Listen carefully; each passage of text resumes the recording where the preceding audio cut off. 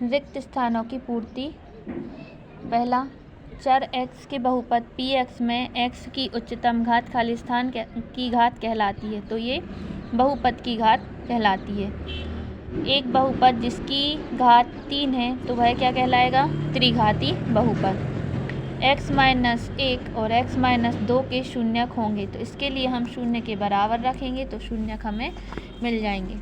जैसे कि हमने रखा x-1 बराबर 0, तो 1 का कर देंगे हम पक्षांतर, तो x बराबर आएगा 1। और इसी प्रकार हम x-2 के लिए करेंगे तो वहाँ पे भी हमें x बराबर 2 मिलेगा।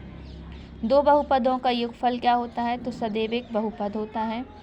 ax² plus bx plus c एक खाली स्थान बहुपद का उदाहरण है, तो अधिकतम घात कितने की है? 2 की, तो यह द्विघाती बहुपद का उदाहरण होगा। चर के वे मान जिनको बहुपद में प्रतिस्थापित करने पर बहुपद का मान 0 हो जाता है तो क्या कहलाएगा? शून्यक। रैखिक बहुपद के अधिकतम कितने शून्यक होते हैं? तो रैखिक बहुपद की अधिकतम घात कितने की होती है? 1 की, इसलिए इसके कितने शून्यक होंगे? 1। जोड़ी मिलाइए।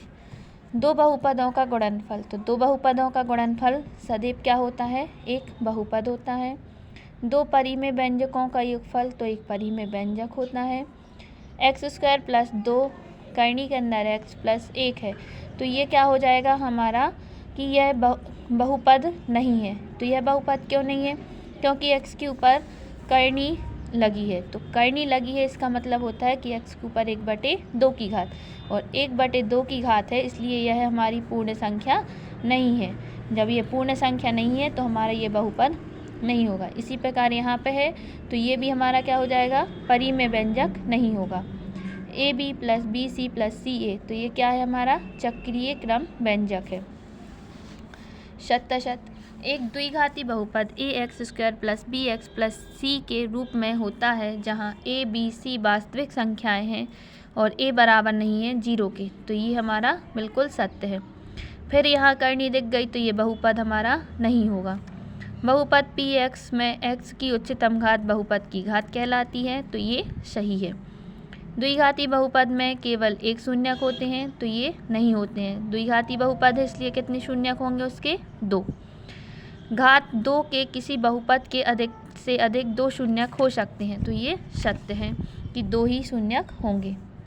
एक वास्तविक संख्या के बहुपद px का शून्यक कहलाती है यदि p के बराबर 0, यानी कि उस शून्यक का मान रखने पर, यानी k का मान रखने पर वो बहुपद कितना हो जाए? 0, तो वो उसका शून्यक कहलाता है। घात 2 के बहुपद द्विघाती बहुपद कहलाती हैं, तो ये भी सत्य है।